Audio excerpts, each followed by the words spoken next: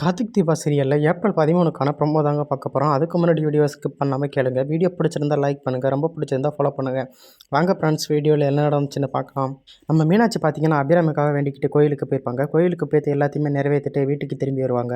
அப்போ அதை பார்த்துட்டு அபிராமி எங்கம்மா போனேன் அப்படின்னு கேட்பாங்க. அதுக்கு மீனாட்சி சொல்லுவாங்க, இல்லை அத்தை, உங்களுக்கு உடம்பு சரியில்லையில, நீங்கள் நல்லபடியாக சரியாகி வீட்டுக்கு வரணும்னு தான் சொல்லிக்கிட்டு நான் சாமிக்கிட்ட வேண்டியிருந்தேன். அதை நிறைவேற்றுறதுக்கு தான் நான் கோயிலுக்கு போனேன் அப்படின்னு சொன்னதோட அபிராமி ரொம்ப கண் கலங்கி ரொம்ப சந்தோஷப்படுவாங்க. இதெல்லாம் கேட்டுட்டு மீனாட்சி கிட்ட சொல்லுவாங்க அபிராமி, எனக்கு தீபா மாதிரியும் உன்ன மாதிரியும் ஒரு மருமக கிடைக்க கொடுத்து வைக்கணும் அப்படின்னு சொல்லி அந்த இடத்துல 3 பேருமே ரொம்பவே சந்தோஷப்படுவாங்க. அதுக்கப்புறம் என்ன ஆகுதுன்னா, மீனாட்சி நேராக வீட்டுக்கு வந்ததோட ஆனந்த் மீனாட்சியை பார்த்து ரொம்பவே கோவப்படுவாங்க. இவ எதுக்காக இந்த வீட்டுக்கு வந்திருக்கா, இவளை தான் நான் வீட்டை விட்டு போக சொன்னேன்ல அப்படின்னு சொல்லி ரொம்பவே சண்டை போடுவாங்க. அதுக்கு அபிராமி சொல்லுவாங்க, எப்படியா இருந்தாலும் இவ தான் உன்னோட பொண்டாட்டி. என்றைக்குமே ரியா வந்து என்னோட மருமகள் இல்ல. மீனாட்சி தான் என்னோட மருமக. நான் அவளுக்கு தான் சொத்தை எழுதி வைப்பேன். என்றைக்குமே உனக்கும் உன் பொண்டாட்டிக்கும் நான் எழுதி வைக்க மாட்டேன் அப்படின்னு சொல்லி அபிராமி வந்து ரொம்பவே கோவத்தோட பேசுவாங்க.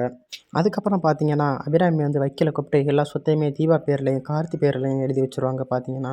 இது எல்லாத்தையும் பார்த்துட்டு ஆனந்த் வந்து ரொம்பவே கோவப்பட்டு, நான் அந்த கம்பெனிக்காக எவ்வளவு உழைச்சிருக்கேன். எதுக்கு நீங்க எல்லா சொத்தையும் தீபா பேர்லயும், கார்த்தி பேர்லயும் எழுதி வச்சீங்க அப்படின்னு சொல்லி அபிராமி கிட்ட ரொம்பவே சண்டை போடுவாங்க.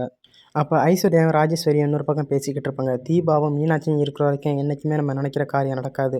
முதல்ல யாரையாச்சும் போட்டு தள்ளணும் அப்படின்னு அவங்க ஒரு சைடு பிளான் பண்ணிக்கிட்டு இருப்பாங்க. அதுக்கப்புறமா அபிராமி கிட்ட ஆனந்த் சொல்லுவாங்க, நான் அந்த குடும்பத்துக்காக இந்த கம்பெனிக்காக எவ்வளவு பாடுபட்டிருக்கேன். நான் லேபராக கூட வேலை பார்த்துருக்கேன். இந்த கார்த்தினால ஒரு நாள் லேபராக வேலை பார்க்க முடியுமா அப்படின்னு சொல்லுவாங்க. அதுக்கு கார்த்தி சவால் எடுத்துட்டு, நான் ஒரு நாள் இல்லை, ஒரு மாதம் நான் லேபராக வேலை பார்க்குறேன். அப்படி வேலை பார்த்தா நீ இந்த சொத்தை விட்டுட்டு போயிருவியா அப்படின்னு ஆனந்தை பார்த்து கேட்பாங்க. அதுக்கு ஆனந்தும் சரின்னு சொல்லுவாங்க.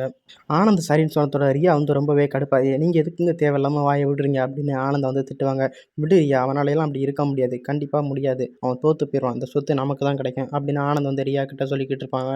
இதை கேட்டுட்டு அபிராமி, தீபா, மீனாட்சி 3 பேருமே கார்த்தியை தடுத்து பார்க்குறாங்க. நீ அப்படியெல்லாம் வேலை பார்க்க வேண்டாம், நீ ஒன்றும் அப்படியெல்லாம் வேலை பார்க்கணும்னு அவசியம் இல்லை அப்படின்னு அபிராமி வந்து சொல்கிறாங்க.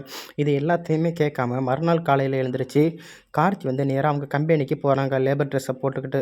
கார்த்தி வந்து அவங்க கம்பெனிக்கு போனதோட அங்கே வேலை பார்க்குற தொழிலாளர்லாம் கார்த்தியை பார்த்த உடனே சாக்காயிடுறாங்க. என்னையா அது, நீங்கள் எதுக்கே அப்படி கஷ்டப்படுறீங்க, நீங்கள் இது இங்கே வந்திருக்க வேண்டியதே இல்லை, நீங்கள் என்றைக்குமே எங்களுக்கு முதலாளி தான் அப்படின்னு சொல்கிறாங்க. அதுக்கு கார்த்தி சொல்கிறாங்க, அப்படியெல்லாம் இல்லை, நானும் உங்களில் ஒருத்தன் தான், நான் உங்கள் கூட வேலை பார்க்கலாம்னு தான் வந்திருக்கிறேன், நான் உங்கள் கூட தான் 1 மாதம் வேலை பார்ப்பேன் அப்படின்னு கார்த்தி வந்து நடந்ததையெல்லாம் சொல்கிறாங்க.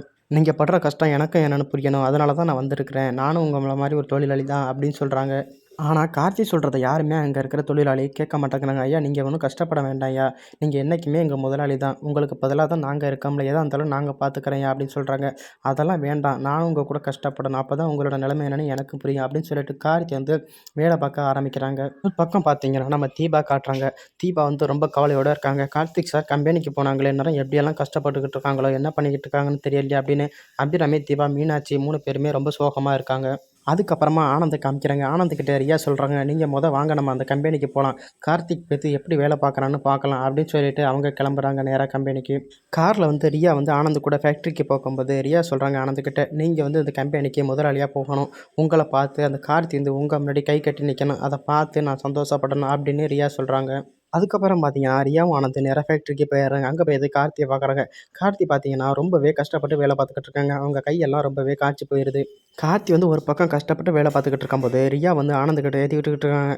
பாருங்கள், நீங்கள் ஒரு முதலாளி வரீங்க, உங்களை கூட கண்டுக்காமல் அவன் வேலை பார்த்துக்கிட்டு இருக்கான் பாருங்கள் அப்படின்னு சொன்னதோட ஆனந்த் வந்து கார்த்தியை கூப்பிட்றாங்க. நான் ஒரு முதலாளி வரேன், எனக்கு வணக்கம் கூட சொல்ல மாட்டேங்கிறியா அப்படின்னு. அதுக்கு கார்த்திக்கும் வணக்கம் சார் அப்படிங்கிறாங்க. சரி சரி, நீங்கள் வேலையை பாருங்கள் அப்படின்னு சொல்லிட்டு ஆனந்த் வந்து அந்த இடத்துலேருந்து கிளம்புறாங்க.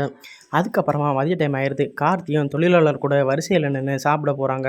அப்புறம் பார்த்தீங்கன்னா, கார்த்தி போய்ட்டு சாப்பிட்றாங்க. அவங்களால சாப்பிட கூட முடியல. பார்த்தீங்கன்னா, கையெல்லாம் ரொம்பவே காய்ச்சி போயிடுது. அவங்களால சாப்பிட கூட முடியாமல் ரொம்பவே கஷ்டப்படுறாங்க. அதை பார்த்துட்டு தீபாவும் அங்கே வந்து பார்த்துட்டு ரொம்ப கஷ்டப்படுறாங்க. அப்போ பார்த்தீங்கன்னா, ஆனந்தும் ரியாவும் இதை பார்த்துட்டு ரொம்ப சந்தோஷப்படுறாங்க. அப்போ கார்த்தியை பார்த்து ஆனந்த் சொல்கிறாங்க, இப்போ ஒன்றும் கேட்டு போகல, நீ மட்டும் சரின்னு ஒரு வார்த்தை சொல்லு, இப்போவே இந்த சொத்தை முழுக்க என் பேருக்கு எழுதி வச்சிட்டியனா நான் உன்னை விட்டுருவேன், நீ இந்த மாதிரி வேலையெல்லாம் பார்த்துக்கிட்டு ரொம்ப கஷ்டப்பட வேண்டியதில்லை அப்படின்னு சொன்னதோட ஆனந்த், நான் எப்படியா இருந்தாலும் நான் 1 மாதம் தொழிலாளியாக வேலை பார்த்து உன் கண்ணு முன்னாடி நான் சொன்னதை நிறைவேற்றி காட்டுவேன், அப்போ தான் நான் அபிராமியோட பையன் அப்படின்னு சொல்லி கார்த்தி ஆனந்துக்கிட்ட சவால் விட்டுறாரு. அதுக்கப்புறம் பார்த்தீங்கன்னா, ராஜேஸ்வரியும் ஐஸ்வர்யாவையும் காமிக்கிறாங்க. அப்போ ஐஸ்வர்யா சொல்லிக்கிட்டு இருக்காங்க, அம்மா அந்த கார்த்தி வந்து ஃபேக்ட்ரிக்கு போனான்ல, அவன் நிறைய எப்படிலாம் கஷ்டப்பட்டுட்டு இருக்கான்னு தெரியலையே, அந்த சந்தோஷத்தை என் கண்ணால் பார்க்கணுமே அப்படிங்கிறாங்க. அதுக்கு ராஜேஸ்வரி சொல்கிறாங்க, நீ அந்த ரியாவுக்கு கால் பண்ணுறி, என்ன நடக்குதுன்னு கேட்கலாம் அப்படின்னு சொல்லிட்டு ஐஸ்வர்யா வந்து ரியாவுக்கு கால் பண்ணுறாங்க. ரியா வந்து கால் அட்டன் பண்ணி, சொல்லுங்கக்கா அப்படிங்கிறாங்க. அதுக்கு ஐஸ்வர்யா கேட்குறாங்க, அங்கே என்ன நடக்குது அப்படின்னு. அதுக்கு ரியா சொல்கிறாங்க, அக்கா அவனை வேலை பார்த்து ரொம்பவே கஷ்டப்பட்டுக்கிட்டு இருக்கிறான் அந்த கார்த்தி, அவங்க கஷ்டப்படுறத பார்க்க தீபா இந்த ஃபேக்ட்ரிக்கு வந்திருந்தா அப்படின்னு சொன்னதோட ஐஸ்வர்யா கேட்குறாங்க, என்னது தீபா அங்கே வந்திருந்தாளா அப்படின்னு. ஆமாக்கா.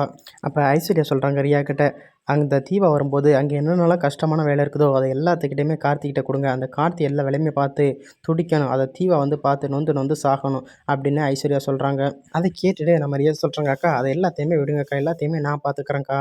அந்த கார்த்தியை எப்படி எப்படியெல்லாம் வேலை பார்க்கணுமோ அது எனக்கு தான் தெரியும். நான் எல்லாத்தையுமே நான் பார்த்துக்கிறேன் அப்படின்னு சொன்னதோட ஐஸ்வர்யா ரொம்பவே சந்தோஷப்பட்டு ஃபோனை வச்சிடுறாங்க. அதுக்கப்புறமா ராஜேஸ்வரி கேட்குறாங்க ஐஸ்வர்யா கிட்ட, அங்கே என்னடி நடக்குது அப்படின்னு. அம்மா அந்த தீபா வந்து ஃபேக்ட்ரிக்கு போயிருந்தாலாம். கார்த்திக் கஷ்டப்படுறத பார்த்துட்டு அப்போ ரொம்பவே கண் கலங்கி நின்னாலாம். அந்த கார்த்திக்கு தீபா வீட்டிலேருந்து சமைச்சு கொண்டு போயிருக்காமா.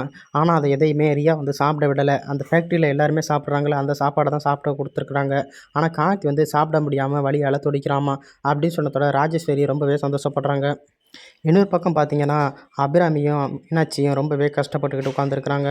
கார்த்தி வந்து ஃபேக்ட்ரிக்கு போயிருந்தானே, அவன் எப்படியெல்லாம் கஷ்டப்படணும், எப்படியெல்லாம் வேலை பார்ப்பானோ அப்படின்னு அதை நினச்சி அபிராமி வந்து ரொம்ப சோகமாக உட்காந்துருக்காங்க. அதுக்கப்புறமா கார்த்தியும் ஆனந்தையும் காமிக்கிறாங்க. கார்த்தி வந்து ஆனந்த்கிட்ட சவால் விடுறாங்க, நீ 1 மாதம் தானே தொழிலாளியாக வேலை பார்க்க சொன்ன, நான் 1 வருஷம் கூட தொழிலாளியாக வேலை பார்ப்பேன், என்னால் வேலை பார்க்க முடியும் அப்படின்னு சொன்னதோட அதை கேட்டுட்டு ஆனந்த் ரியாவும் ரொம்பவே கோவப்படுறாங்க. அதுக்கப்புறமா நம்ம தீபாவை கார்த்திக் பார்த்து, நீங்கள் என்ன கிளம்பலையா தீபா அப்படின்னு கேட்குறாங்க. இல்லை கார்த்திக் சார், நீங்கள் இப்படி கஷ்டப்பட்டுக்கிட்டு இருக்கும்போது என்னால் எப்படி கிளம்ப முடியும், நான் உங்களுக்கு ஆசையாக சமைச்சு எடுத்துக்கிட்டு வந்திருக்கேன். ஆனால் நீங்கள் இது எல்லாத்தையுமே வேண்டாங்கிறீங்க. நம்ம வேணும்னா இங்கே வேலை பார்க்குற தொழிலாளங்களுக்கு நம்ம அந்த சாப்பாடை கொடுக்கலாமா அப்படின்னு கேட்குறாங்க. அதுக்கு கார்த்திக் சார், சரி உங்கள் விருப்பம் போலவே பண்ணுங்க அப்படிங்கிறாங்க. அதுக்கப்புறமா தீபா சமைச்சுக்கிட்டு வந்த சாப்பாடை தொழிலாளிகளுக்கு கொடுக்குறாங்க. அங்கே வேலை பார்க்குற லேபர்லாம் தீபா கொடுக்குற சாப்பாடை சாப்பிட்டுட்டு தீபா வந்து ரொம்பவே வாழ்த்துறாங்க. சாப்பாடு சூப்பராக இருக்குது அப்படின்னு சொல்லி. அதை கேட்டுட்டு தீபா வந்து ரொம்பவே சந்தோஷப்படுறாங்க. அப்போ அந்த தொழிலாளர் ஒருத்தவங்க சொல்கிறாங்க, சார் இந்த மாதிரி உங்களுக்கு ஒரு ஒய்ஃப் கிடைக்க நீங்கள் வந்து ரொம்பவே கொடுத்து வச்சுருக்கேங்க சார் அப்படின்னு சொன்னதோட கார்த்தி சாரும் ரொம்பவே சந்தோஷப்படுறாரு. அதுக்கப்புறமா சாப்பிட்டு முடிச்ச உடனே கார்த்திக் வந்து ஃபேக்ட்ரிக்கு மறுபடியும் வேலை பார்க்க போகும்போது தீபா வந்து கார்த்திகையை பார்க்குறாங்க. பார்த்தா கார்த்திக் கையில் அடிபட்டிருக்குது. அதை பார்த்த உடனே தீபா வந்து ரொம்பவே துடிச்சு போயிடுறாங்க. ஏன் சார் நீங்கள் இப்படியெல்லாம் கஷ்டப்படுறீங்க, உங்களுக்கு இப்படியெல்லாம் கஷ்டப்படணும்னு ஒன்றும் தலையெழுத்து இல்லையே சார் அப்படின்னு சொல்லி தீபா வந்து அந்த இடத்துல ரொம்பவே கண் கலங்குறாங்க. இப்போ கார்த்திக் சொல்கிறாங்க, தீபா வேலை பார்த்தா இதெல்லாம் வேலையில் ஒன்றும் சாதாரண விஷயம் தீபா அப்படின்னு சொல்லி, அடிபடுறதெல்லாம் கேஸ்வல் தான் தீபா அப்படின்னு சொன்னதோட தீபா வந்து ரொம்பவே கண் கலங்கி போயிடுறாங்க. அதுக்கப்புறமா கார்த்திக் கைக்கு ஆயில்மெண்ட் போட்டு விடுறாங்க. அதுக்கப்புறமா கார்த்திக் சொல்கிறாங்க, தீபா இங்கே பாருங்கள், நீங்கள் இங்கே இருந்தீங்கன்னா உங்களுக்கும் கஷ்டம் எனக்கும் கஷ்டம், நீங்கள் இங்கேருந்து கிளம்புங்க அப்படின்னு சொல்கிறாங்க. தீபா பார்த்தீங்கன்னா கார்த்திகை சோகமாக பார்த்துக்கிட்டே வீட்டுக்கு கிளம்புறாங்க. அதுக்கப்புறமா தீபா வந்து வீட்டுக்கு போயிடுறாங்க. தீபா பார்த்ததோட அபிராமி எங்கேம்மா போனேன் அப்படின்னு கேட்குறாங்க. அப்போ தீபா சொல்கிறாங்க, இல்லை எனக்கு மனசுக்கு ஒரு மாதிரியாக இருந்துச்சு, அதான் கார்த்திக் சாரை பார்க்கலாம் அப்படின்னு நான் ஃபேக்ட்ரிக்கு போனேன் அப்படின்னு சொன்னதோட அபிராமி கேட்குறாங்க, என்னம்மா ஃபேக்ட்ரிக்கு போனியா, கார்த்திக் இப்போ எப்படிமா இருக்கிறான் அப்படின்னு கேட்குறாங்க. அதை கேட்டதோட அதெல்லாம் ஒன்றும் இல்லை அவங்க நல்லா தான் வேலை பார்க்குறாங்க, அதெல்லாம் சூப்பராக வேலை பார்க்குறாங்க அப்படின்னு அங்கே நடந்த கஷ்டத்தை எல்லாம் சொல்லாமல் அபிராமி கிட்ட தீபா வந்து நல்லபடியாக சொல்கிறாங்க. இப்படி தாங்க வரப்போகிற படமாக வரத்துக்கு வாய்ப்பு இருக்குது. தேங்க்ஸ் ஃபார் வாட்சிங். Bye bye.